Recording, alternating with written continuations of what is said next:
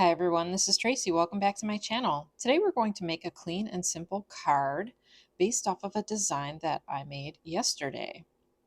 So the card I made yesterday featured ombre stripes in red to pink, and today we're going to do it in blue. So I'm starting with an A2 size card base, and I have a lined sheet of paper that I'm going to use to aid in my stenciling.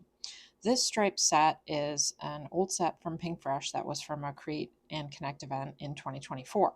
I'm going to line my card panel up with one of the lines on the sheet of paper. I'm using magnets to hold my card base down, but you could easily tape this down instead. Now I'm going to line my stencil up with another one of the lines on the sheet of paper. This will ensure that all of my stripes will be going in the exact same direction. I'm going to use my magnets to hold the stencil in place and then take my dark blue ink and blend these two smallest stripes.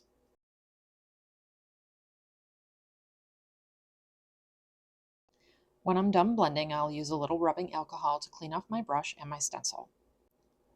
To line my stencil up again, I will use another line on this sheet of paper and then just eyeball the distance between the lines.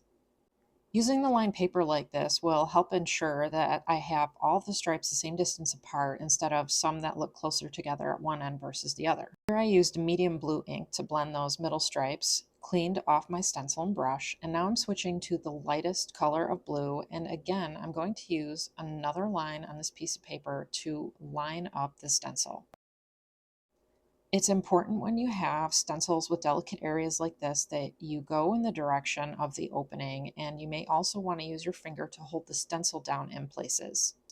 Don't be afraid to lift up a corner of your stencil to check and see how you're doing, as long as you're careful not to move it. Now that the stenciling is done, I'm going to bring in a couple of snowflake dies. I wasn't sure which snowflake I wanted to use, and I had a couple blue scraps from my stash, so I'm going to die cut the smallest snowflake. I cut another of the same snowflake in white cardstock, and I tried to get an idea of where I wanted them on my card. I also thought about stamping a snowflake on the card base as well. Here I decided it would be helpful to decide on my sentiment and stamp that first. That would give me an idea of the layout I wanted to use. Once I picked out my sentiment, I added it to my card and then got a general idea of where I wanted to position the snowflakes. Now we're ready to stamp the sentiment. I came in with my darkest blue ink yet and placed my sentiment on my card. I used one of the snowflakes to help me decide exactly where I wanted that sentiment stamped. Don't be afraid to pause what you're doing to move on to a different step if the design doesn't feel right to you.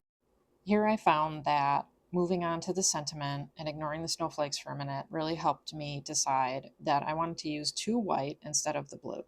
I'm just going to layer these snowflakes together a little offset.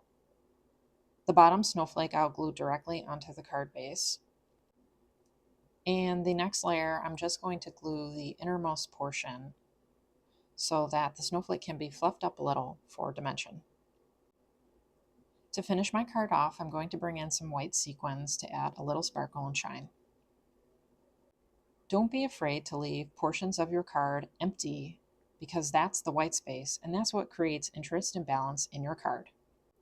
If you're struggling with card design, I often find sketches are a great way to jumpstart. And here's our finished card. I really love all the white space here, and I love the interest that those snowflakes add. I hope you enjoyed today's video. Please don't forget to subscribe to my channel and like this video. Stay warm, everyone, and happy crafting.